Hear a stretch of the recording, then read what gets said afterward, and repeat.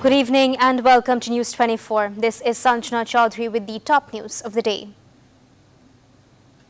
Bangladesh today confirmed 34 more deaths from the novel coronavirus and 3,504 new cases of infection, testing 15,157 samples in the last 24 hours.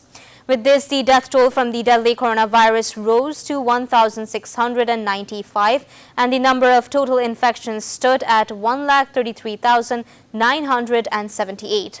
Additional Director General of Health Directorate, Professor Dr. Nasima Sultana, made the disclosure during a virtual briefing today.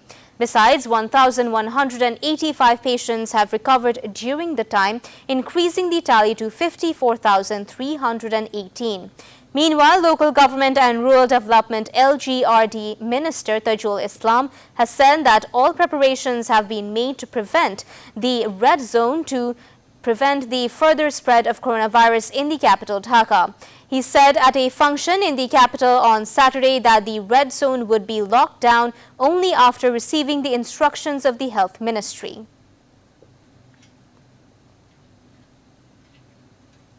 Coronavirus infections are on the rise again. Medical scientists are predicting it to be the second stroke of the coronavirus.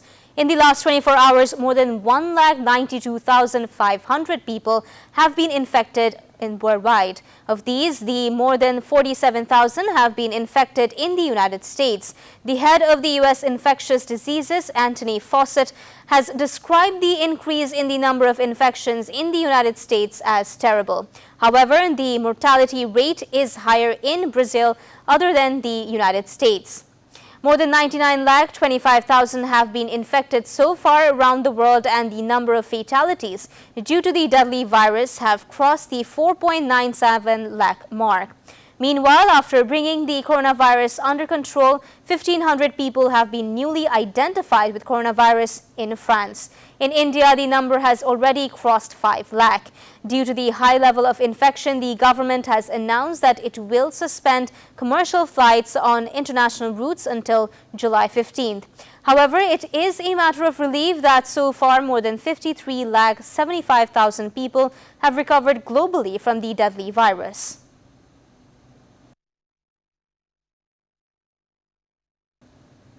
Waterlogging in the capital Dhaka is nothing new. When it rains lightly, knee-deep water on the streets is a very familiar sight to these city dwellers. Ignoring and struggling with these hardships, the people of the city are living for many years.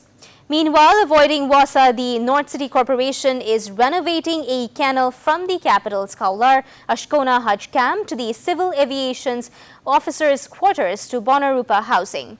At the inaugural ceremony of the excavation, the mayor of the North blamed Wasa for the waterlogging and proposed to the local government minister to dig and drain the canal by the city corporation itself. However, the local government and rural development minister admitted the mayor's allegation and said that not only Wasa but everyone should work in coordination.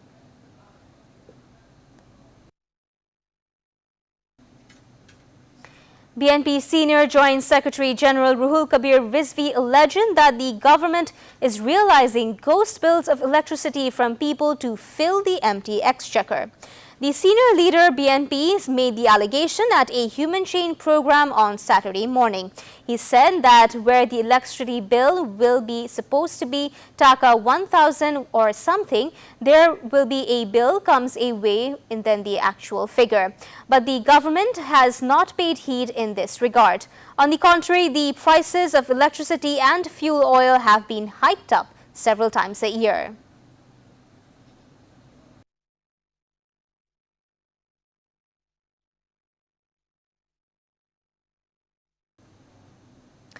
The northern region in the country may face moderate flooding as the major rivers are swelling due to the onrush of water from the upstream across the border in India. Kurigram, Gaibandha, Jamalpur, Sirajganj, Bogura, Tangal, Rajbari and Munshiganj are likely to face flooding, according to Flood Forecasting and Warning Center FFWC. The Brahmaputra River is likely to overflow at Ulipur and Chilmari in Kurigram on Saturday, while the Jamuna may rise above the danger levels at Gaibandha, Jamalpur, Sirajganj, Bogura and Tangal. Meanwhile, in the north, 113 char areas have been waterlogged.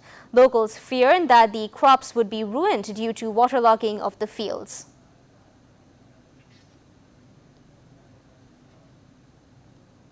The Association of Southeast Asian Nations, ASEAN, on Friday opened its 36th summit, chaired by Vietnam via video conferencing, focusing on the COVID-19 epidemic response, post-pandemic recovery, and further cooperation with the partner countries. With the theme Cohesive and Responsive ASEAN, the summit will discuss the regional comprehensive post-pandemic recovery plans, implement initiatives including establishing the ASEAN COVID-19 Response Fund, setting up a reserve for medical supplies to meet urgent needs during the pandemic, and building the ASEAN standard procedures of epidemic response in case of health emergency. Addressing the opening ceremony of the summit field in the Hanoi on Friday morning, Vietnamese Prime Minister Nguyen Xuan Phuc said he expected the 36th ASEAN Summit to be an opportunity to once again affirm the strong solidarity, political will and determination of ASEAN member countries to overcome difficulties and determinedly head forward.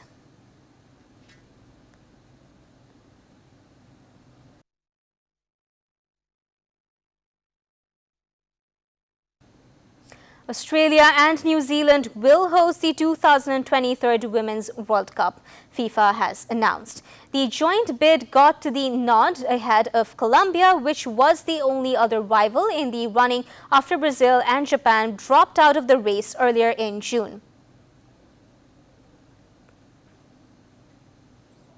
That is all the news for today. Thank you for watching News 24. Please stay with us.